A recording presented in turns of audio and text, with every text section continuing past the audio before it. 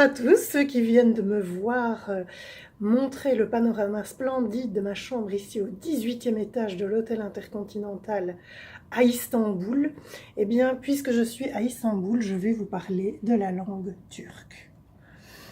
En fait, c'est une langue qui ne ressemble à aucune de celles que j'ai déjà apprises. C'est ce qu'on appelle une langue agglutinante parce qu'on y colle plein de suffixes et qu'on ne s'y retrouve plus si on n'a pas fait un peu de grammaire. Et ce qui est mon cas, donc il y a une semaine exactement, j'avais déjà demandé depuis quelques semaines, ce serait quand même cool si je pouvais apprendre un peu de turc avant d'aller à Istanbul. C'est ce que j'ai fait donc, et j'ai choisi une application qui s'appelle Mondly. Alors elle convient très bien pour démarrer une langue, elle me convenait très bien en tout cas, mais vous aurez compris que la linguiste que je suis a vite été frustrée parce que je veux aller plus vite, plus loin, plus fort, plus grand. Je veux comprendre comment construire des phrases et savoir pourquoi on dit telle chose de telle façon pour me permettre d'en construire d'autres et pas seulement celles que j'ai apprises par cœur. Ça, c'est ma petite affaire personnelle à moi. Et voilà, je vais quand même essayer de vous remontrer moi. Je ne sais pas si c'est possible. Je ne sais pas comment on fait. Je ne sais pas, je touche à plein de choses, mais manifestement pas à ce qu'il faut. Donc voilà, ce sera une vidéo sans me voir. Bon, c'est dommage, je m'étais remaquillée pour le coup, puisque là je sors de l'avion. C'est quand même splendide ici. Alors, en petite vue sur le trafic aussi. Voilà, hein, c'est l'heure de pointe. Mais j'ai eu un chauffeur charmantissime, adorable, qui m'a amené à bon port en un temps record. Voilà. Donc je parlais du turc. Et donc il y avait quelques semaines, je m'étais dit ce serait quand même cool si je pouvais apprendre un peu de turc avant d'aller à Istanbul. Parce que j'en étais vraiment à 0,00 plus 0. Et chaque fois que j'entendais parler turc dans les classes Access, je me disais ok, ça c'est un nouvel univers pour moi. Et donc, j'ai demandé, j'ai reçu. Donc, il y a cette application sur téléphone qui s'est présentée à moi. Et ça fait juste une semaine qu'assidûment, je fais mes petites leçons tous les jours. Regardez, il y a un défilé de sirènes, de je ne sais pas quoi. Une escorte, je ne sais pas. Moi, je n'ai pas mes lunettes, donc je ne vois pas ce que je vous montre. C'est très rigolo. Mais voilà. Istanbul à l'heure de pointe. Et donc, j'ai vraiment posé cette question parce que on a vite le réflexe de retourner dans la tête et de vouloir apprendre comme on l'a toujours fait à l'école.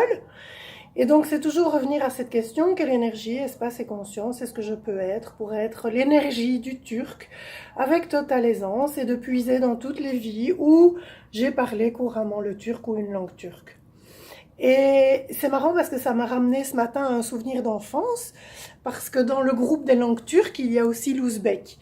Et quand j'étais petite, j'avais 3 ans, si mes souvenirs sont bons, enfin, si les souvenirs de ce qu'on m'a raconté sont bons, euh, il y a une troupe de danseurs ouzbeks qui est venue à Namur et mon papa traduisait pour eux, donc on était en coulisses et je me souviens très bien d'une chanson en particulier et de mots, et en étudiant mes petites leçons, j'ai dit « Ah, c'était le mot qu'il y avait dans la chanson de Güzel et ça veut dire beau apparemment, si j'ai bien retenu. » Voilà, et donc c'est ce qui est arrivé, c'est que en faisant assidûment mes petites leçons, mais je vous dirais quoi, un quart d'heure par jour, j'ai été vraiment l'énergie de cette langue, la musique de cette langue. Et même si je comprends rien encore de ce que les gens disent, je reconnais des mots par-ci, par-là, mais surtout, il y a quelque chose de familier.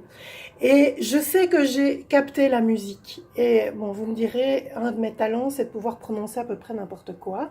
Oula, ça s'arrange pas ici en bas. C'est de pouvoir prononcer à peu près n'importe quoi. Et donc, c'est très gai parce que je peux m'amuser à prononcer des choses même si je comprends pas tout correctement.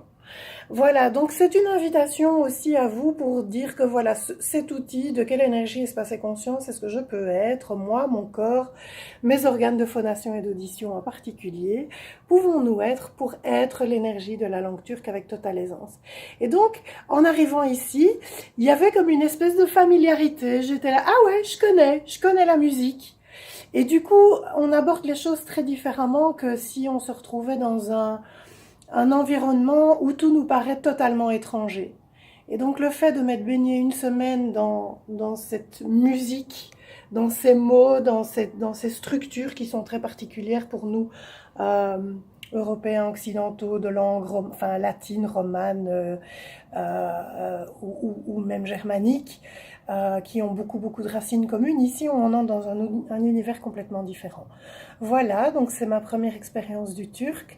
C'est très chouette et je vous invite à utiliser ce déblayage si vous avez envie de vous baigner dans une nouvelle langue ou bien d'expanser vos connaissances et votre aisance avec une langue que vous pratiquez déjà. Voilà, à bientôt!